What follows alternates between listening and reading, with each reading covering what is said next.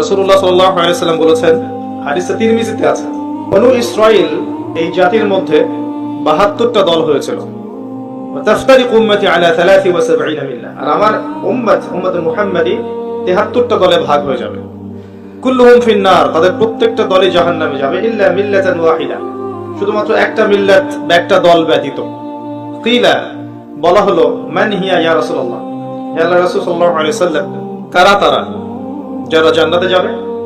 রাসূল সাল্লাল্লাহু আলাইহি ওয়াসাল্লাম বললেন, মা আনা আলাইহি ওয়া আসহাবি আল ইয়াউমা, আজকের দিনে আমি আর আমার সাহাবী যার উপরে আছি, যারা তার উপরে থাকবে তারা জান্নাতে যাবে ইনশাআল্লাহ।